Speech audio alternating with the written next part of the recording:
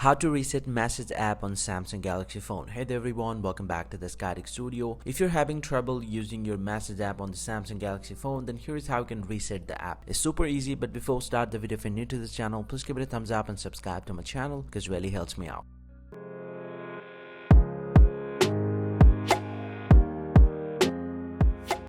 Well, so not to reset the message app, you just need to open up the settings app from your Samsung Galaxy phone, and from the settings you just need to scroll down and find out the app section. You'll get to see the apps. You just need to get into this one, and inside the apps you'll get to see all the apps that you have installed on your phone. So now to find out this one, you can go and tap on the search bar at the top right and search for messages. And once you search with the messages, you'll get to see the second application, messages. You just need to go ahead and tap on these, and this will get into the app info. And from the app info at the bottom right, you'll get to see the force stop. Go ahead and tap on force stop, tap on OK, and this will actually force stop the application from the background. And once you do that, you just need to scroll down a little bit and tap on storage here. And inside the storage, you just need to tap on clear cache.